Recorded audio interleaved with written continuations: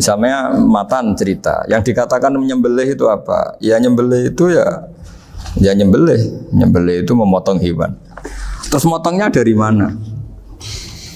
Kalau kamu motong hewan dari mana coba? Dari belakang atau dari depan? Dari mana? Depan misalnya.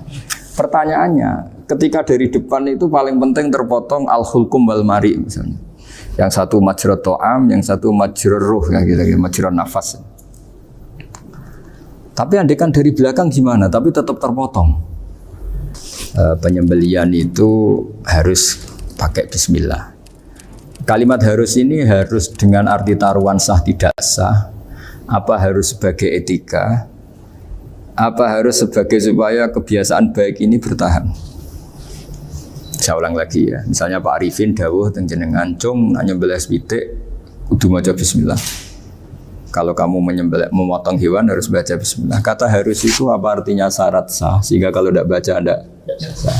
Apa keharusan dalam makna etikanya harus baca bismillah. Jadi urusannya hanya apa? Etika atau afdoliyah. Atau kita tidak ingin kultur baca bismillah itu hilang. Sehingga barang tidak wajib pun kita wajibkan supaya kultur baca bismillah itu tidak hilang. Nah Imam Syafi'i itu milih yang tidak wajib. Itu hanya urusan etika. Sehingga zabihatul muslim meskipun nggak baca bismillah baik secara sengaja maupun lupa tetap halal ya, tetap sah, tetap halal.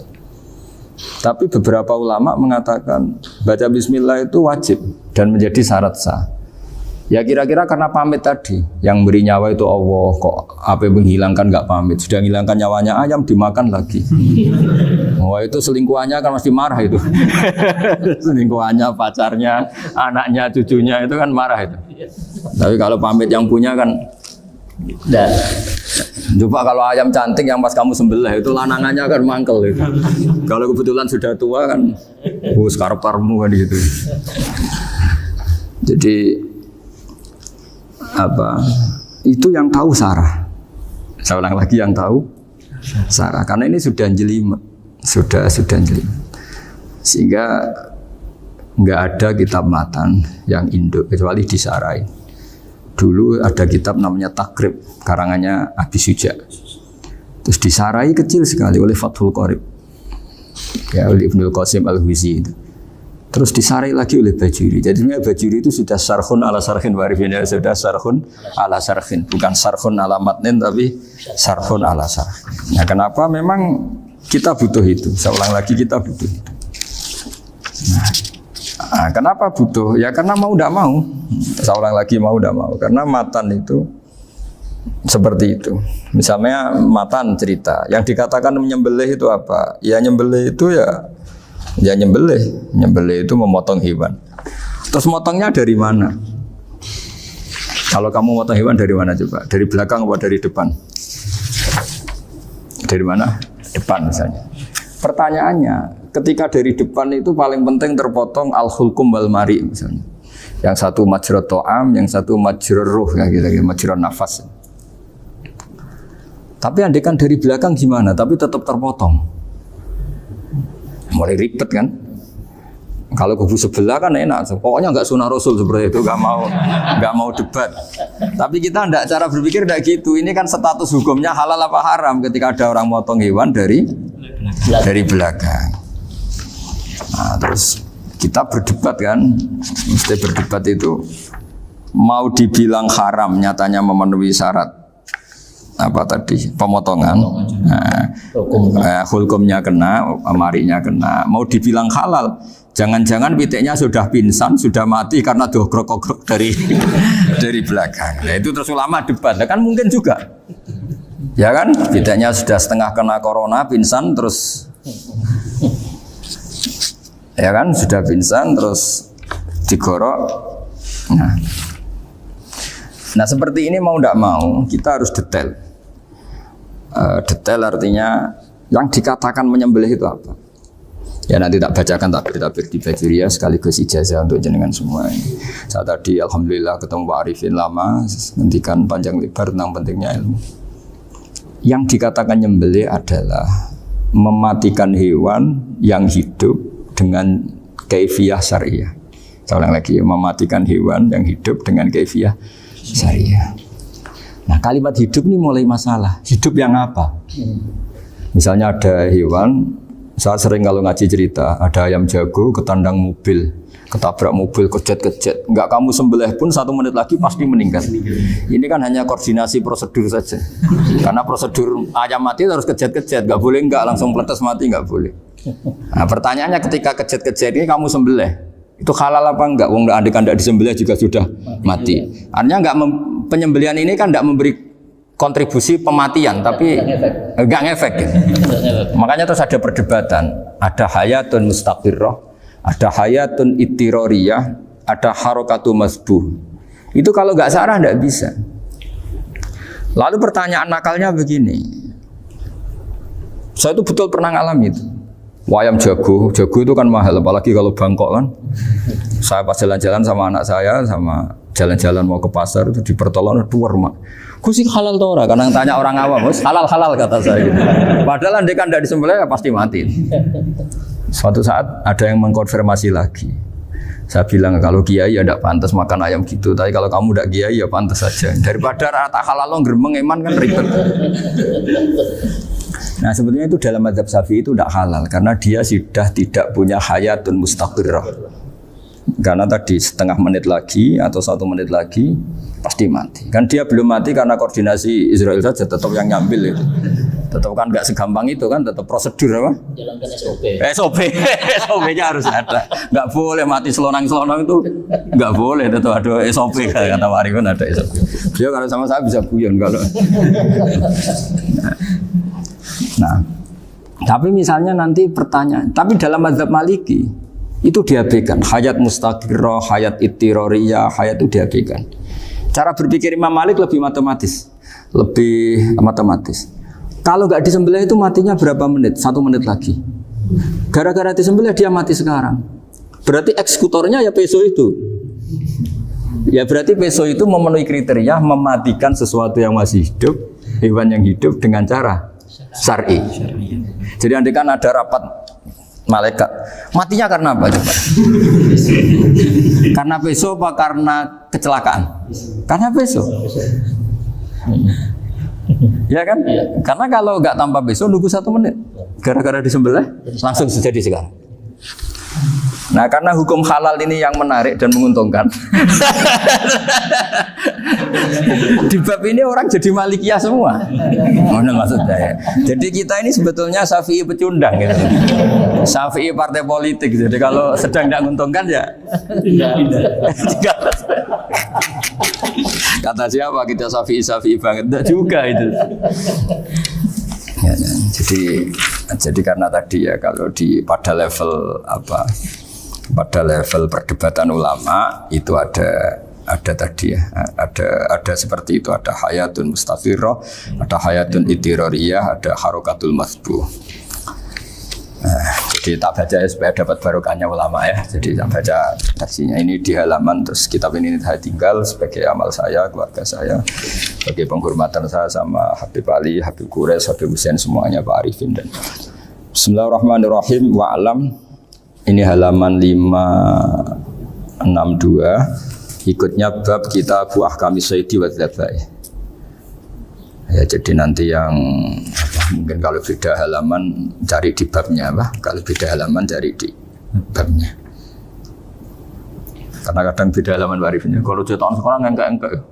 Beda. Iya, kadang beda juz pun. Kayak Ikhya sekarang tuh sampai 6 juz. Zaman kita ngaji kan 4 ya. Di orang ada yang 6, ada yang ribet cetakan sekarang ya. Di atas ada 10. Satu Ikhya itu. Hurufnya dibesarin. Ikhya biar. Iya, ada yang sama. Karena ngerti ya zaman akhir paling sudah agak buta huruf. Saya tuh dulu punya guru terakhum sudah sepuh. Itu baca gini nggak bisa, Pak. Jadi kalau di kelas harus dituliskan pakai spidol.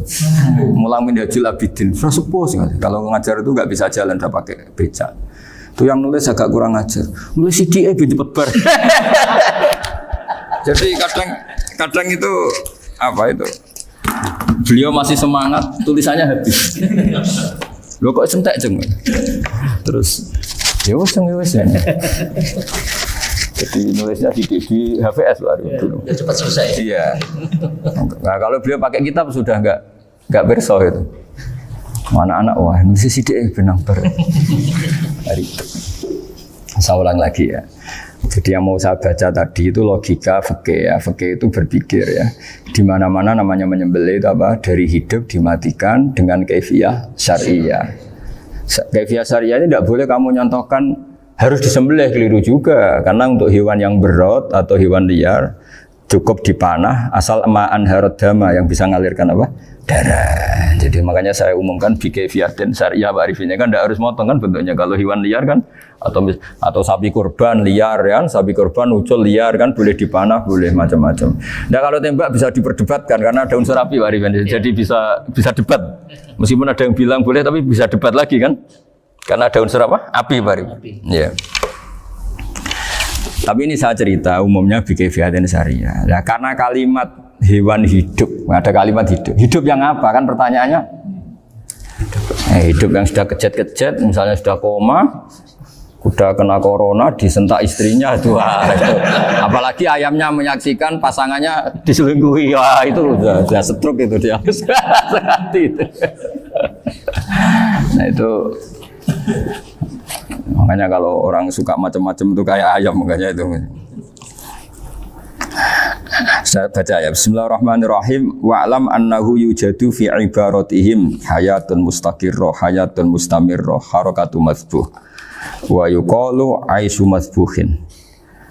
Wal farqu bainaha annal hayata al mustaqirrah yakunu ma'ha ibsarun bi ikhtiyarin wa nutqun bi ikhtiyarin wa harakatun ikhtiyariyah. Wal hayat al mustamirah ya allati tastamiru ila khurujir ruh minal jasad. Wa harakatul masbuh ya allati la yabqa ma'ha ibsarun bi ikhtiyarin wala nutqun bi ikhtiyarin wala harakatu ikhtiyariyah.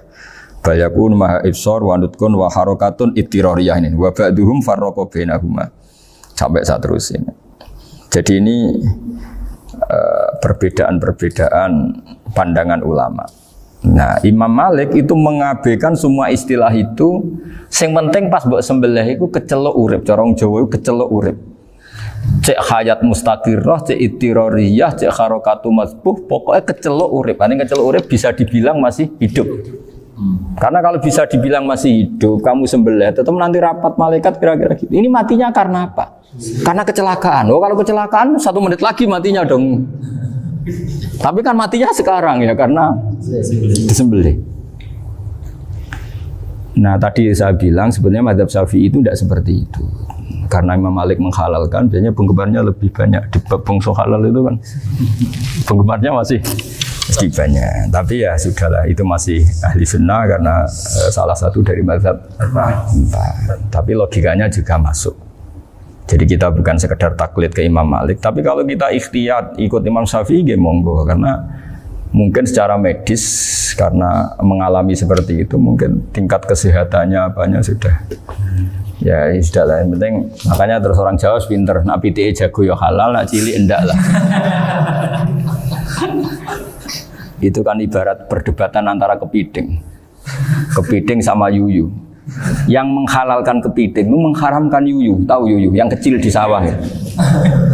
Tak tanya kenapa yuyu halal, karena amfibi Gus, bisa hidup di dua alam.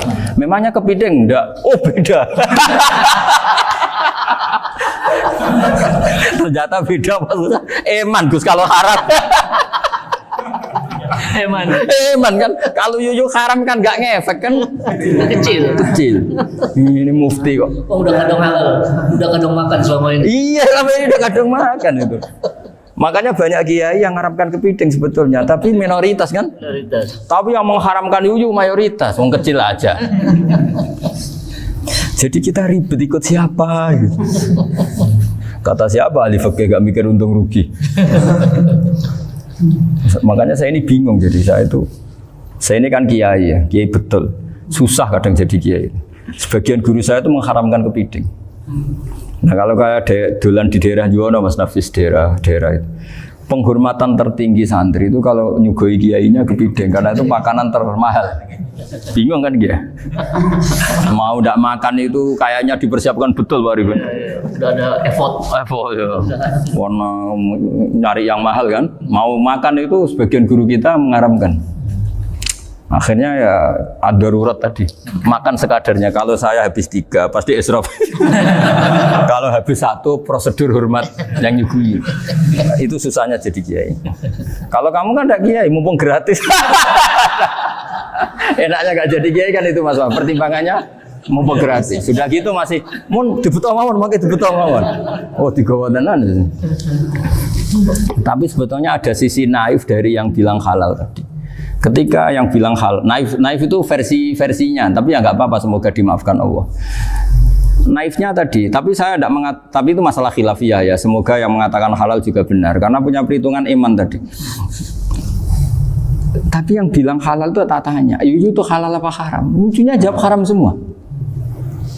Yuyu bahasa Indonesia nggak ada kayaknya. Nggak tahu juga saya apa. Yang penting paham tapi Yuyu yang kecil itu. Itu kalau diharamkan nggak ada yang protes ya? Nggak ada. Tapi kalau kepiting? Ini pakai model apa? Coba Pak. Kalau alasannya amfibi, Yuyu sama kepiting sama enggak? Kalau alasannya amfibi, hidup di 2 alam. Sama-sama. Sama-sama. Kenapa kepiting jadi halal? Lebih bernilai. Ini juga mufti model baru. Mungkin muftinya menghalalkan itu. Iya makanya itu. Kan jadi kayak tadi ayam jago tadi orangnya tak tanya akhirnya. Andekan yang kecelakaan tuh ayam kecil. Kamu tanya saya enggak? Ya enggak, terus langsung tak buang. Kan langsung dibuang. Berhubung ayam besar. Eman kan. Tapi nurani aja sebetulnya protes. Nyembelih wis klekek-klekek terus. Kadang kan wis apa kejet-kejet itu sudah. Sudah tunggu SOP dari Pak. Ya tapi apapun itu ini ilmu harus didengar ya supaya sampean tahu ya, ada hayat mustaqirroh, ada hayat mustamirroh, ada hayat ittiroriyah, paling enggak kita ngerti lah. Karena nanti di bab B, ya nyun sewu di bab apa? B. Itu ya nanti enggak sahnya karena apa? Tidak mutamawal. Misalnya saya punya utang sama Pak Arifin ayam jago. Tak bayar dengan jago yang mengalami kehidupan sudah seperti itu kan tidak sah. Meskipun itu hidup tapi sudah tidak hayat yang mustamirroh, tidak normal. Jadi ilmu itu apapun tidak cocok kita karena beda mazhab misalnya, tetap sebagai apa? Ilmu. Jadi jangan pernah anti ilmu meskipun kita tidak cocok. Dulu saya itu heran sama Abu Hanifah karena membolehkan merujuk wakaf. Wakaf itu kan nggak boleh ditarik kembali dalam mazhab Syafi'i dan hampir semua ulama bilang gitu. Tapi kalau kata Abu Hanifah, jika nazir yang nerima itu tidak sesuai rencana kita, keinginan kita, itu boleh narik kembali. Fa innal waqfa atiyatun makhdoh, kata beliau. Wakaf itu ya pemberian normal saja. Suatu saat ada peristiwa gini Pak Arifin ya, ada orang kaya raya mewakafkan tanah itu senilai kalau nggak salah itu 60 miliar. Singkat cerita beliau bermain apa ya, bisnis apa itu bangkrut. Kemudian itu belum disertifikatkan wakaf. Kemudian nggak ada yang disawang Coro Jowo, nggak ada yang dilihat, terus mau dibeli sama nyuwun sewu sampai yang mau beli yang mampu itu non muslim. Singkat cerita ada orang kaya muslim yang mau beli itu tapi ada problem karena itu wakaf. Tapi kalau nggak dibeli itu malah dibeli non muslim. Tanya saya, akhirnya saya jawab nggak apa-apa dibeli saja. Ngikuti mazhab Abu Hanifah. Karena kalau mazhab Syafi'i itu nggak sah semua pembeliannya. Tapi apa artinya mazhab kalau kita berpikir nggak sah tapi yang jual melakukan? Nah itu yang nggak dipikirkan oleh orang-orang fikih yang di Menara Gading. Apa gunanya kita bilang nggak sah, tapi yang punya tanah tadi tetap menjual. Karena tidak mengindahkan hukum itu, mau apa?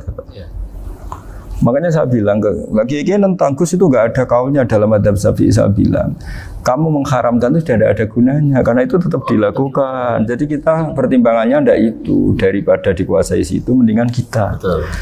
Nah itu sisi-sisi fikih, makanya ini kita ngaji fikih tidak segampang itu memberi fatwa karena pertimbangannya banyak Pak. Dari hitam putih. Dari hitam putih gitu maksud saya, ini cerita.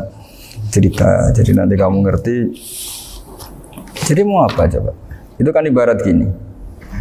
Hukumnya kita ngajar perempuan itu masalah sebetulnya secara karena itu ajnabiyah. Tapi fikih mentoleransi li ajli ta'lim karena untuk belajar enggak apa-apa. Kalau sudah jadi fakta itu ribet. Dia maunya belajar sama kamu dan sekali kamu tidak mau belajar ke yang lain yang potensi menyesatkan. Jadi fikihnya bukan masalah nazar lagi, sudah penyelamatan. Ribet kan kalau sudah begitu. Saya punya kenangan yang menurut saya itu harus jadi trauma. Siapapun harus jadi trauma. Ini cerita sedikit. Ini masih ngaji fikih, pertimbangan. Ada orang itu sangat khusyuk, sangat khusyuknya di rumahnya Pak Wafa itu nggak ada TV, nggak ada motor, nggak ada apa saja. Ketika anaknya berkembang agak dewasa, itu pertama naik motor, itu ya utang jasa sama kawan-kawannya. Pertama dia ngelihat nikmati TV ya dari kawan-kawannya. Corong Jawa, mbek tanggane lah. Padahal orang tuanya ini protektif justru karena banyak tangganya sing tidak pati Islami lah. Ya mereka orang Islam tapi ya enggak sholat, enggak apa. Singkat cerita orang tuanya ini datang ke rumah saya nangis, nangis Gus. Sekarang saya ikrar bahwa mazhab Abah jenengan Ki Nur Salim, mazhab bapak saya itu, mazhab jenengan itu lebih hebat timbang mazhab kula. Nangis dia. Dulu saya itu agak menyalahkan Ki Nur Salim jenengan karena longgar di rumah ada TV, ada motor. Terus dia cerita. Nah karena anaknya ini pertama bisa naik motor, untuk anak ABG ini kan jasa yang luar biasa. Karena dia butuh sekali bisa naik motor, dipinjemin. Akhirnya walhasil anaknya ini saya merantau ke Jakarta kemana? Hanya lam yusolli wa lam yasum. Padahal anaknya ya kiai kampung. Terus tak ceritain. Terus akhirnya dia tanya, kenapa sih Gus jenengan sama Abah kok longgar gitu sama anak? Terus tak ceritani gini Pak Arifin, menurut ilmu al-insan abdul ihsan, manusia itu budaknya kebaikan. Karena utang jasanya sama anak ini, ya dia akan ainut anak ini. Sementara kenangannya mbek jenengan mbok amui. Tidak boleh. Dia baru ngakui ya Gus saya itu nyun sewu hanya khusyuk tapi kurang ilmu. Tadi dia hanya berdasar khusyuk. Bocah kok main delok TV kan pikirannya hanya gitu. Ini cerita ilmu, saya bukan menjustifikasi manapun, ini kan cerita ilmu Pak Arifin ya. Jadi semuanya itu ada hitung-hitungannya.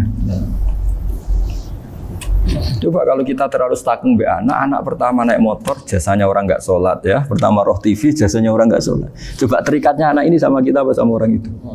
Sama orang itu. Bayangkan kalau umur ABG. Kalau umur sak hari pun Pak Wafa ini nafsu astagfirullah kan. Gue coba tua nome orang. Gaya tok, bareng tua udah khusus gue gaya tok. Aslinya namanya bodoh. Ya saya sama semua. Cuma saya akan lebih jujur dari biasa. Jadi orang itu harus ngitung gitu. Itu kenapa Mbah Mun tuh kiai alim alama. Setahu saya dalamnya ada TV. Putra-putra ini lihat TV. Meskipun kita tidak mungkiri negatifnya TV, kita nggak mungkiri Pak Arifin ya. Tapi tadi ketika anak-anak ABG itu pertama lihat TV jasanya tonggoni.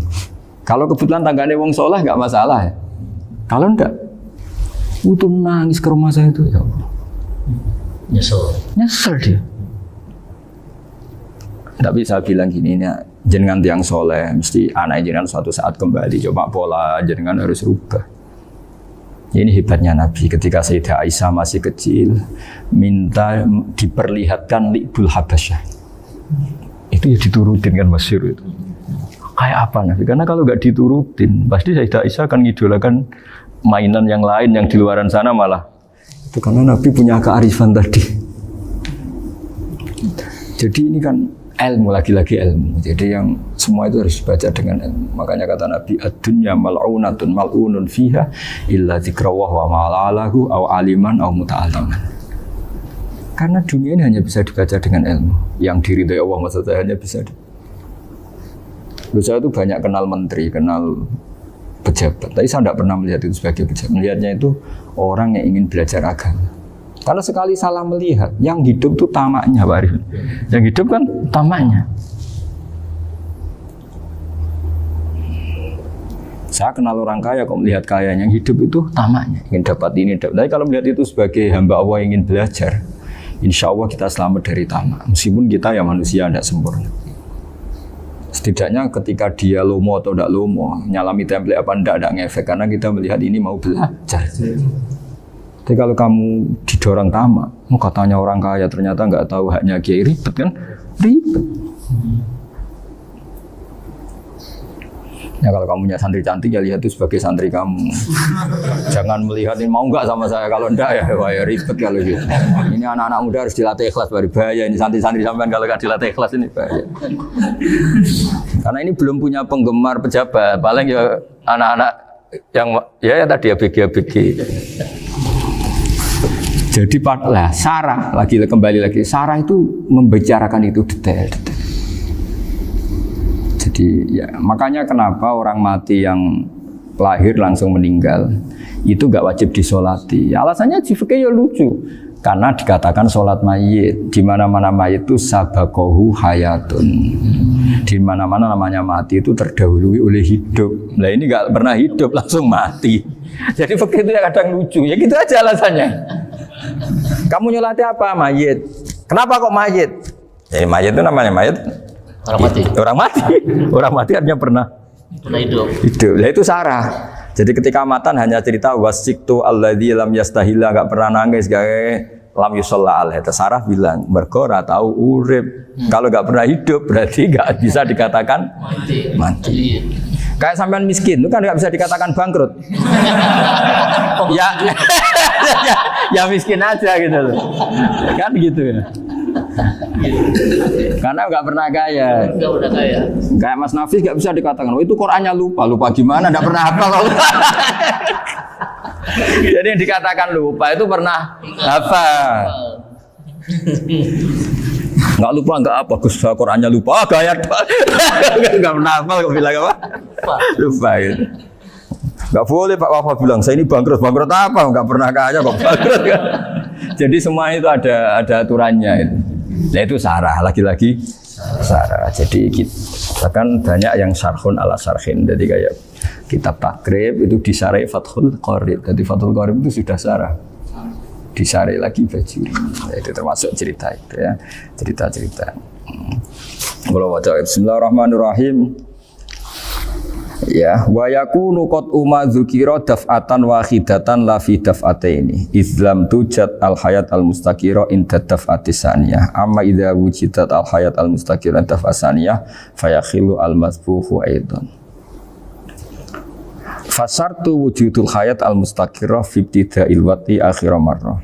Wa makharu dzalika inda tulil fasli wa illa fala rafa'a sikina wa ada fawran aw alqaha liqawniyaka latan wa akhadha ghairaha fawran aw saqatat minhu wa akhadha ghairu halan aw qallaba wa qata abiyama bagi hal al masbuh. Jadi ini masalah sarah. Sarah itu sudah detail. Misalnya gini, kamu motong ayam. Motong ayam harus sekaligus shred jadi. Jangan sampai nyuwun sewu 2 kali. Jangan-jangan misalnya gini, ayam tak potong pas ke kiri separuh. Ya, ke kiri separuh apa hulkumnya. Pak Arifin datang, Assalamualaikum Gus Pak, waalaikumsalam, terus santai jagungan dulu. Jagungan sampai besoknya itu enggak meneruskan. Bareng-bareng balik salam, ingat lagi lu, ayam saya ini. Ketika saya meneruskan ini, potensi ayam ini sudah mati atau sudah hidup yang, ini masih mazhab Syafi'i loh ya. Atau sudah hidup yang sudah tidak normal. Artinya apa? Penyembelian kedua yang mengeksekusi tadi sebenarnya mengeksekusi barang mati. Yang penyembelian pertama tidak bisa dikatakan penyembelian karena tidak sampai mati. Penyembelian kedua berstatus setengah mati. Nah, kalau seperti itu maka haram. Nah, kecuali itu dilakukan secara fauron. Fauron dicontohkan nyembelih ternyata pesunya kedul terus ngambil yang lain. Tapi fauron langsung atau terjatuh ngambil langsung. Ya, itu boleh karena ditoleransi. Tapi kalau kalam ajnabi kata dia mohon Pak Arifin. Seperti Pak Arifin, alhamdulillah sih. Jaminan mau rawuh. Dari ayamnya asem mana? Ini harus sebar. Ini orang ngawur betul. Jadi, lah itu sarah. Bicara sampai detail itu sarah. Jadi ada sekian kemungkinan. Jadi termasuk yang diandaikan itu apa? Nah, hayat mustaqirah itu batasnya yakunu maha ibsorun bi ikhtiyarin wa nutkun bi ikhtiyarin wa harakatun ikhtiyariyah. Hayat mustaqirah itu kalau dia betok-betok itu ya karena karepnya. Maksudnya gini, gamane cara roh pitik wedok engkek ya cek karepe dhewe. Cara dia melihat peso itu karepe ya masih lari. Jadi misalnya ada ayam. Ayam kita sembelih baru luka sedikit. Belum sampai andaikan dibiarin ya mungkin suatu saat sembuh, luka. Terus melihat kamu lari ketakutan karena kamu dianggap gladiator, killer lah. Nah itu berarti punya hayat mustaqirah. Tapi sudah kalau kamu sembelih karek ngeriwit, roh kue serawedi, ya kan? Mau demo ya sudah agak berkutik, ya dia berarti tidak punya hayat mustaqirah gitu. Ya batasannya itu Joro. Nah, dalam mazhab Syafi'i, syarat sahnya penyembelihan harus hewan itu punya hayat mustaqirah. Nah ini sarah ya, jadi sarah itu lebih jelimet. Nah makanya kenapa tidak boleh nyembelih pakai yang tumpul Mas Nafis? Takutnya ayamnya itu ngalami dohtoh, dohtoh kok ditekek. Misalnya sama nyembelih pakai peso tumpul, ini kini ketekek, takut kan dia misalnya ayamnya jantungan, roh peso wes setruk kan, udah gitu ketekek. Nah itu mati dulu pasti itu. Siksa. Jadi pas diongok-ongok ini sudah mati. Jadi nanti kalau di akhirat, sebenarnya saya sudah mati loh, ngawur ya. Wah apalagi nganggo keris naga sosro, wah itu sudah gereng sakti kan diginikin tok sudah mati kan. Makanya bahaya nyembelih pakai keris-keris sakti karena sebelum itu terpotong sudah mati saking saktinya apa keris itu misalnya gitu.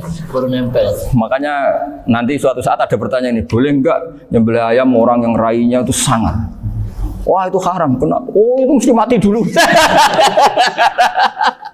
Kumisen tatonan apa? Ya bodoh. Iya kayak algojo. Ayamnya jenis apa? Stroke ya? Jenis penakut. Pas mau disembelih, gitu.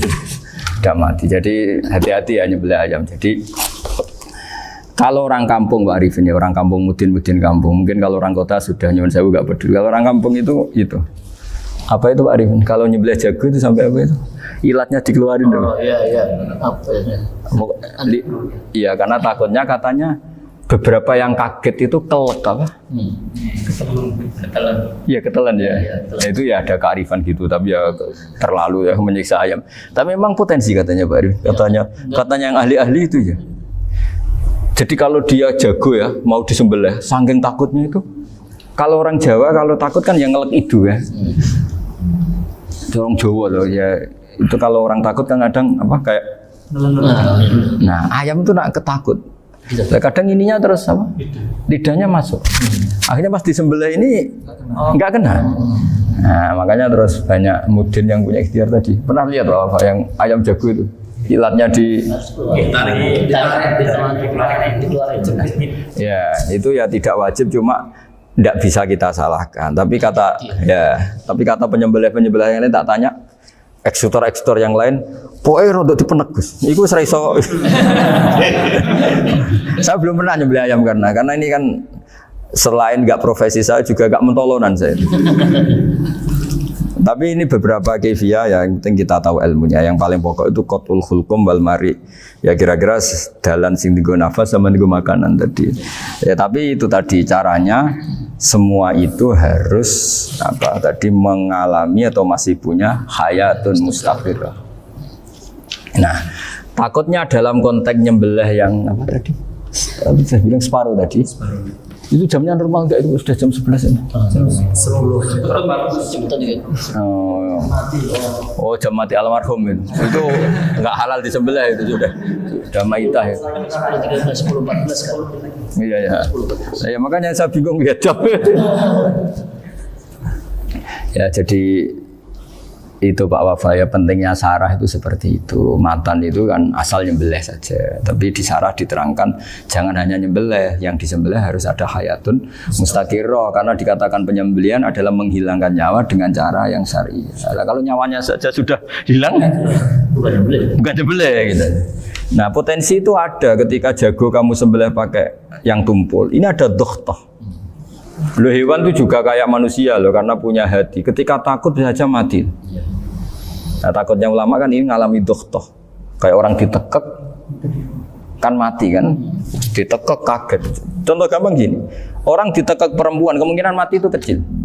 Karena murni hanya ngalami pernafasan.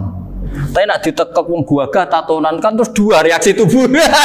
Takut sama gak bisa bernafas itu kan lebih cepat apa? Mati. Kira-kira kan gitu. Lah ini sudah takut dongok-hongok itu kan nyiksa. Saya sering ketemu orang yang ahli nyari ular, nyari apa. Itu ya gitu. Filosofinya sama seperti orang perang. Harus bikin takut. Iku kewan Gus nak disuwentak, iku telelekan jare telelekan iku. Apa Pak Anda bicara bahasa Batawi ini? Orang kaget terus terpaku itu. Teorinya Khalid bin Walid kan gitu. Kalau perang supaya musuh takut. Kamu tahu saya, kami siapa? Gertak gitu. Ayat ji'na biqaumin yuhibbunal mauta kama tuhibbunal hayat. Kita ini bawa pasukan yang mereka mencintai mati kayak kalian mencintai hidup. Pasukan kami ini wadar wis, berani modar ya wis gitu. Kira-kira gitu kalau bahasa Jawa itu. Kita mati. Berani mati. Mati. Akhirnya musuhnya kan nah, di antara syaratnya perang kan gitu, harus bikin musuh itu takut, gemeter. Nah istilah lelekan itu gampang gitu loh. Lelekan itu pokoknya tadi loh Arifin, kepaku tadi. Nah, agak berkutik. Paham ya? Nah jangan-jangan ayam yang kita sembelih mau wis wedi dongok-dongok mati duluan gitu. Nah makanya terus kata musannaf kalau bisa itu wa yakunu madzukira bidafatin wahidah. Kalau itu usahakan sekali jadi. Tapi itu bukan berarti syarat sahnya harus sekali jadi. Kira-kira karena tadi gak kebayang kan kalau baru separuh tak. Assalamualaikum Gus Ba. Waalaikumsalam Pak Arifin, sebuti kabarnya. Baru itu terus ingat diteruskan lagi. Kemungkinan ini sudah mati apa? Nah makanya ya tapi lagi-lagi ini sarah ya tak baca Bismillahirrahmanirrahim wa yakunu qad umadzukira daf'atan wahidatan la fi daf'ataini fa innahu yahrumul masbuh hina idin. Kalau 2 kali, tapi 2 kali maksudnya yang 1 kali ini mengakibatkan kematian. Dikatakan penyembelihan belum sempurna, dikatakan hidup toh nanti pasti mati, berarti tidak mengalami hayatun mustaqirah. Paham ya? Jadi ini semoga dapat barokah dari para ulama. Jadi saya mohon nanti Pak Wafa, Pak Muntaha, teman-teman jangan hanya baca matan ya. Pada level alim itu harus baca syarah karena matan itu nyuwun sewu tidak cukup untuk menjawab sekian kemungkinan. Nah syarah itu sono fardul masalah. Ya Pak Arifin ya mengandekan masalah meskipun belum terjadi ya pengandaian sehingga nanti kalau terjadi kalau militer itu apa? A, B ya? Alternatif gimana? Kalau strategi itu kalau ada sekian A, B, C. Kalau A gagal, B sudah siap. Oh militer.